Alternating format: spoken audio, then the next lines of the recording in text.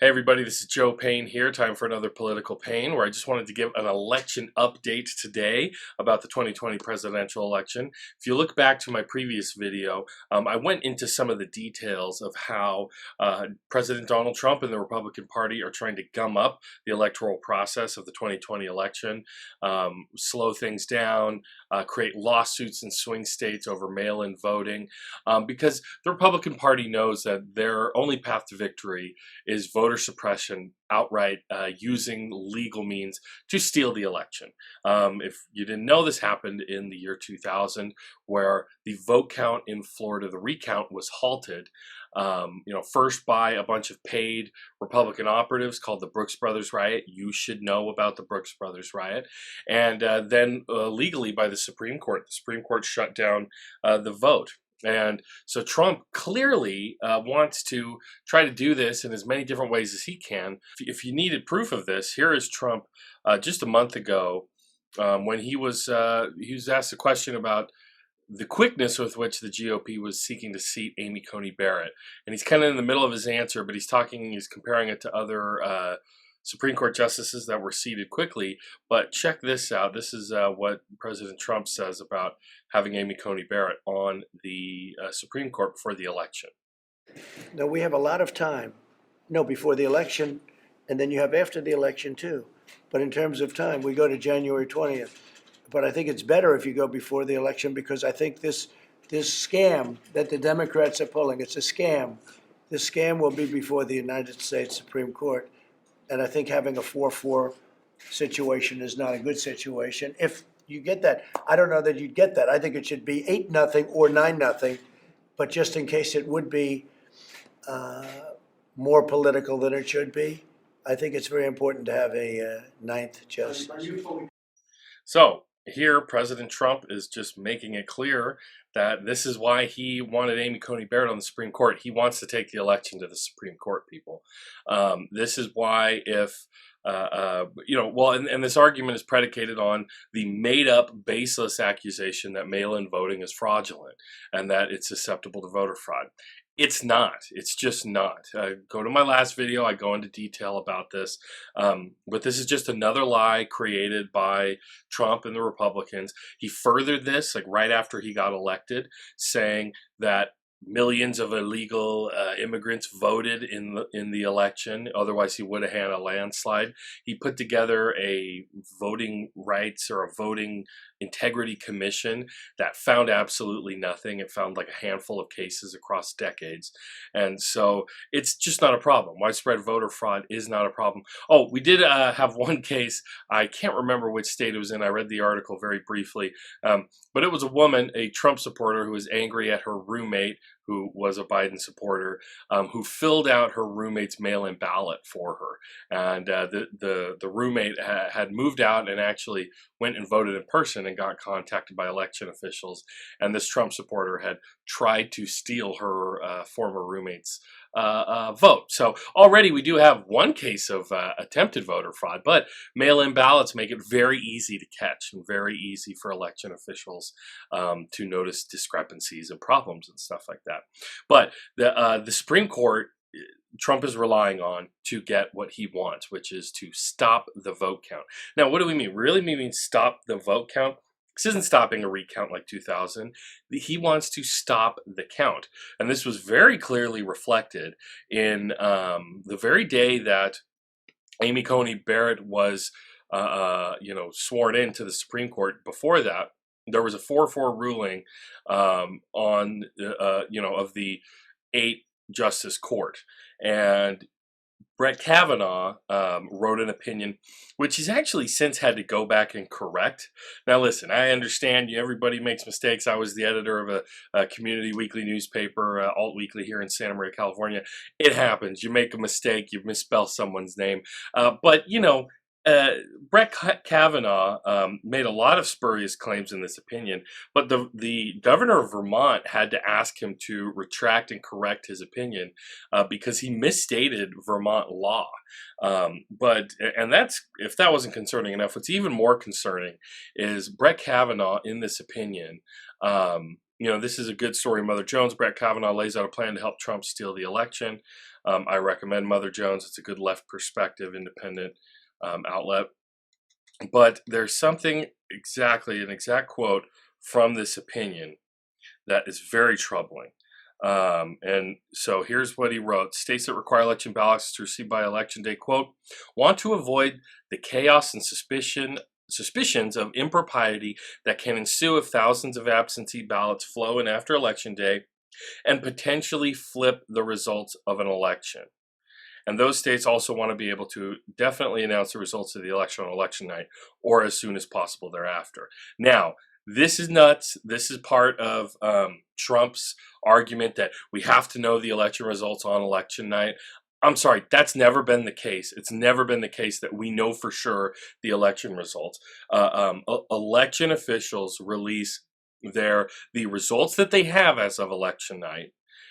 They may update them throughout the night, but they do not release fully tabulated the official election results. They first release unofficial election results based off of the tabulation they have because they're not complete. There's no way you can complete an election count the night of the election. So they're setting up a completely unprecedented need that all the votes have to be counted that night. It just makes no sense. But then notice what Kavanaugh said there. He said that it would flip the result of the election. Now, mail-in ballots are legal ballots. If you have a mail-in ballot, that is a legal vote. You have the right to have your vote counted legally. And for the Republican Party to think they can shut down the vote count, I mean, I don't know. This is just if they have a stacked Supreme Court and they just claim they can do it, I don't understand, how they think they can get away with that, or how they think that they can justify this legally, how the Supreme Court can do that.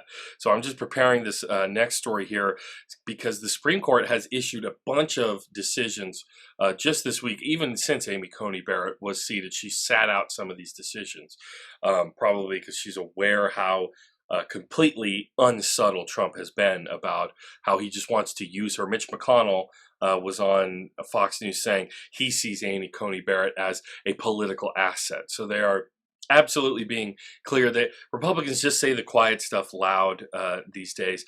And but so a bunch of these decisions that the Supreme Court made are pretty interesting, and they involve specifically the mail-in voting counts. They have said that, and specifically mail-in ballots that come in are postmarked by election day, but may come in election night or even the day after, but they were postmarked at or before election day, so they are legally allowed to be counted. And so basically, North Carolina, yes; Pennsylvania, yes; Wisconsin, no. That's the Supreme Court has answered questions in recent days about an extended timeline for receiving and counting ballots in those states. So basically what's going on here is that the Supreme Court doesn't want to allow in Wisconsin those mail-in votes that come in after election day, but are postmarked election day to be counted. But Pennsylvania, yes. And so people are thinking, well, what's this all about? Why have they ruled in favor of this? It very well could be that they know that Trump and the Republicans are going to try to halt the vote count as of election night. Something I forgot to mention while shooting this video was that of the 6 conservative Supreme Court justices, 3 of them, that's half of them, served in George W. Bush's legal team during the 2000 election, the legal team that helped get the recount stopped in Florida. And specifically, Kavanaugh cited it in the ruling I mentioned earlier. And so if they think that it can help the Republicans on election day, I don't see how these justices aren't compromised in deciding in Trump's favor. Especially because it might appear in their favor. In-person voting with Republicans is more likely in the pandemic it's only been one side of the aisle that has acted like the pandemic isn't a big deal, or you're a girly man if you wear a mask and all this kind of nonsense. They politicized the pandemic. Look to my previous videos for that. And so it's more likely that more Republicans are going to vote in person. But I'm not so sure this is going to work as a strategy for them, because we have seen, very interestingly, just huge amounts of early voting, to the point that we're talking like record breaking in some states' cases, and even more so. We're very close, even just just a little less than a week until the election. We're very close to like 2016 numbers of total votes so far. We're not even at election day, people. So you can see here, this is an interesting website, electproject.github.io, and they're just tabulating all the numbers as states announce them. And so far, as of today, today's October 29th, it's Thursday, we have total early votes, 80 million early votes. That includes mail-in ballots, 52 million mail-in ballots, and in-person votes, 28 million. We have 28 million people who have gone in person to early voting places. And you can look, there's tons of videos of people in Georgia, especially, and elsewhere, waiting in these incredibly long lines. But as I think one voter, I can't remember which state he was in, said he would climb over broken glass to vote for Joe Biden, crawl over broken glass to vote against Trump, basically. But if you look here, California, state I'm in, already 8 million and a half almost people have voted. Texas, more than 8 million, 8.5 million. Dang, California, get it together. Texas is beating us. And Florida, 7.3 million. Florida is obviously a swing state. It's super important. Like what happens in Florida, everybody, after 2000, I think more people are aware of that than not. But this is also why the Supreme Court decisions are important, because of Pennsylvania and Ohio and Wisconsin are swing states as well. Michigan, interestingly enough, already has 2.4 million votes. Michigan looks like it's pulling ahead for Biden. I'm talking about polls here. Michigan, Pennsylvania, even Florida looks like Biden may be pulling ahead. And oddly enough, Texas is in play, which is a big surprise to a lot of people who are familiar with Texas, and they just think of it as a Republican stronghold. It's gotten more purple and more purple as the years have gone by. And now it could very well possibly flip to blue, to Joe Biden, if enough people turn out for the Democratic Party.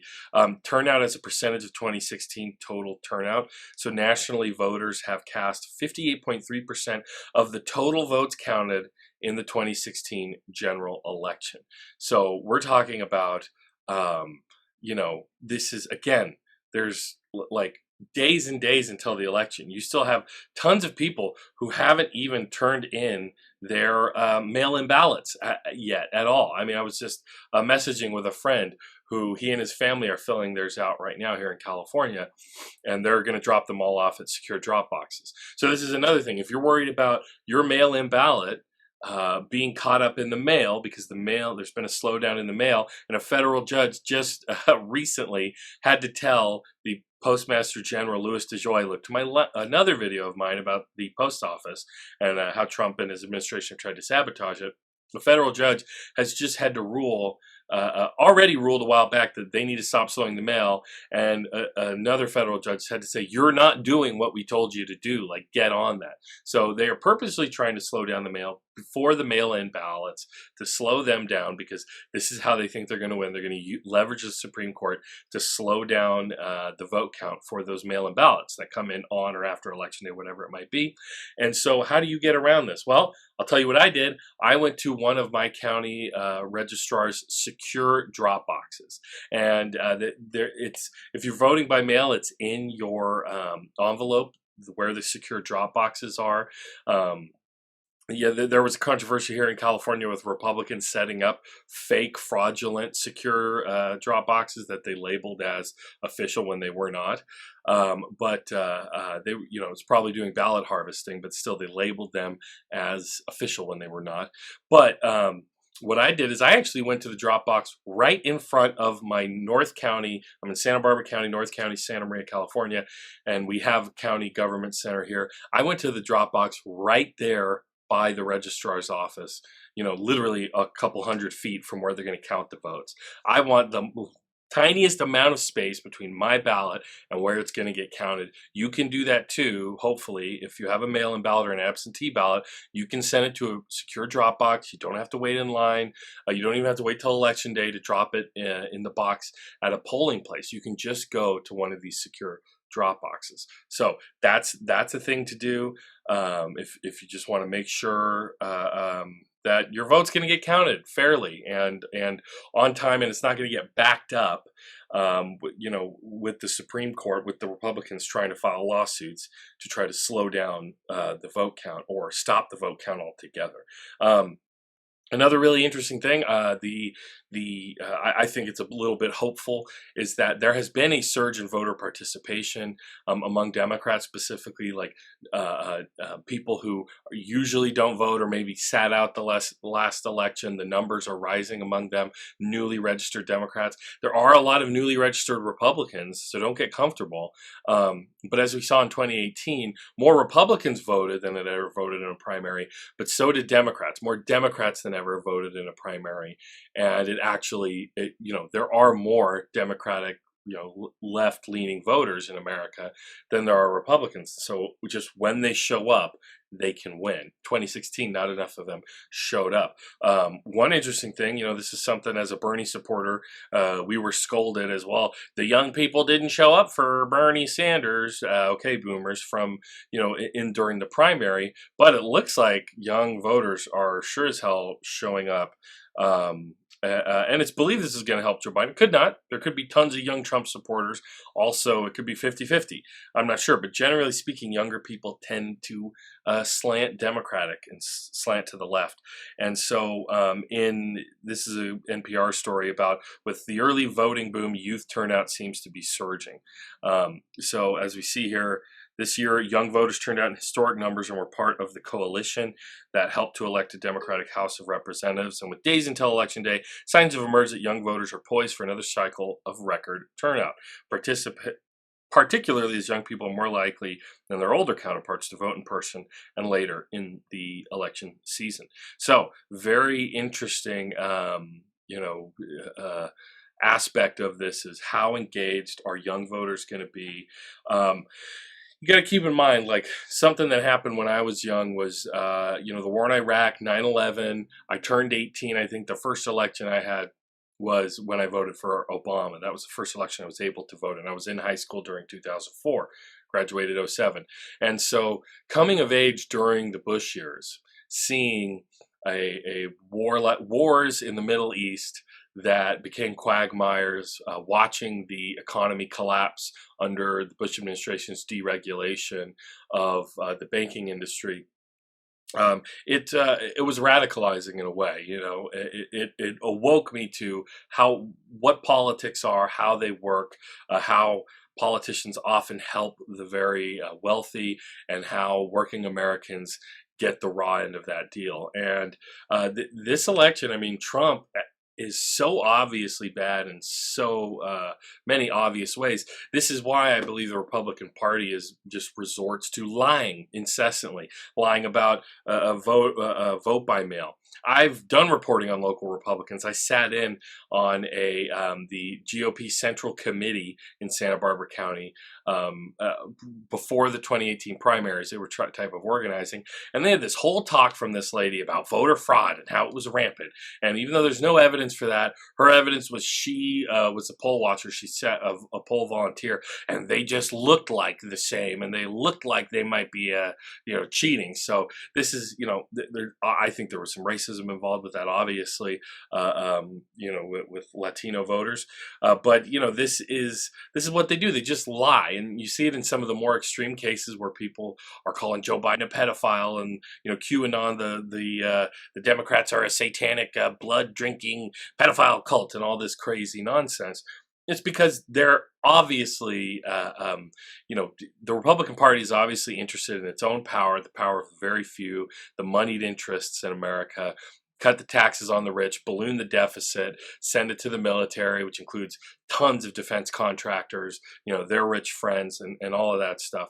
And I think the Trump years, just outside of how badly the coronavirus situation has been handled by this administration, collapsed the economy, but also just the blatant racism, the crazy authoritarian impulse towards like martial law and wanting to deploy the military during Black Lives Matter protests, and the insistence, the self-reported Antifa member who shot a Patriot Prayer member in Portland was gunned down by U.S. Marshals and local police in Washington, and Trump described it as retribution, while he was also telling his staff to appear favorable to Kyle Rittenhouse, the Kennesaw shooter. I think that a lot of young people see this. They are coming to political consciousness in a time of incredible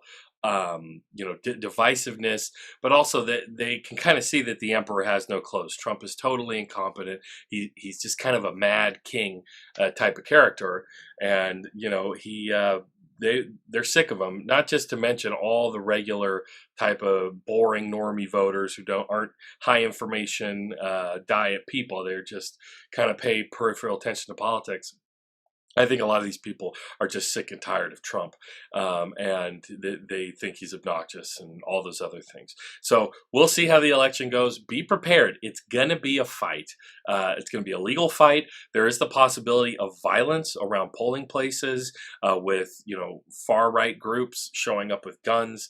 There have been even specifically lawsuits and court decisions about the right to open carry weapons at a polling place. Like, that's how real healthy democracy we have here when people feel the need to show up to the polling places with guns.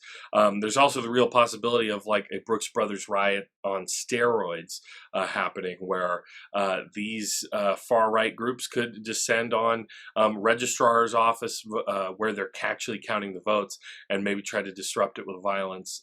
And otherwise, luckily, we've seen that the FBI has recently arrested far-right members of groups that were planning attacks on politicians and other such things. So hopefully they're tapped into what's going on there. Hopefully there's going to be protection of these places where the votes are counted.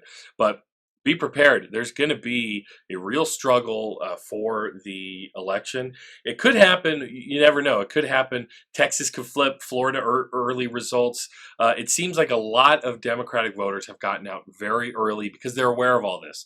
The media's done a good job. It's been about pointing to all the ways Trump is trying to hobble the vote, whether it's through the Postal Service, the Supreme Court, what have you.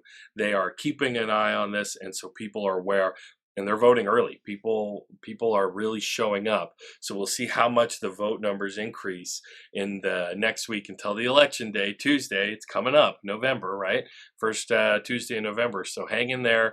I will try to keep you informed about what's going on. This has been Political Payne. Please like, subscribe, follow, hit the bell. Go to Instagram, Facebook, here on YouTube. Click all the buttons that please the unholy algorithms that rule our lives and our attention, and keep you connected with me. I really appreciate it. And if you have any questions or ideas for other videos, or what you think I should cover, or questions for me, throw them in the comments. Engage with me on social media. I'd really appreciate that. I like to hear from people. So thanks again for watching, everybody. This has been Joe Payne, Political Payne. See you next time. Thanks.